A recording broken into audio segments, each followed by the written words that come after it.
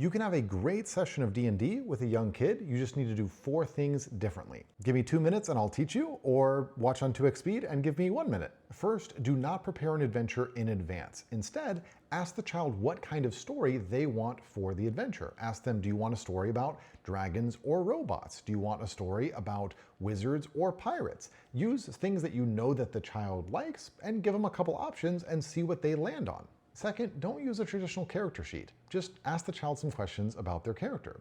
What does the character look like? What is the character good at? What does the character do for fun? You just want the child to be able to imagine their character as they go throughout the story.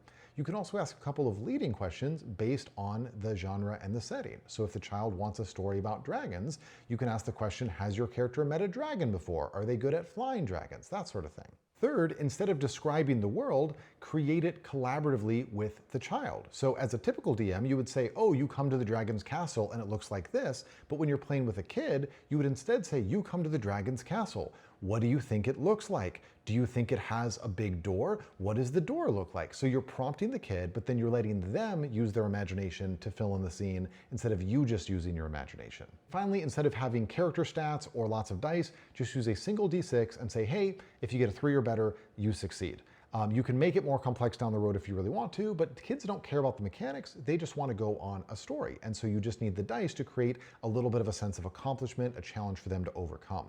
If they fail the dice roll, don't ever harm their character. Don't ever create a serious setback. Just create a new interesting situation for them to deal with. So if they try to sneak past the dragon and they fail the roll, don't have the dragon bite them. Have the dragon wake up and say, what are you doing here? And then they get to talk to the dragon. If you found this helpful, bookmark it so that you're ready for the next time you want to play with a little one, and maybe forward this on to somebody who might be a good co-DM for your next pirate/wizard/robot adventure with a kid.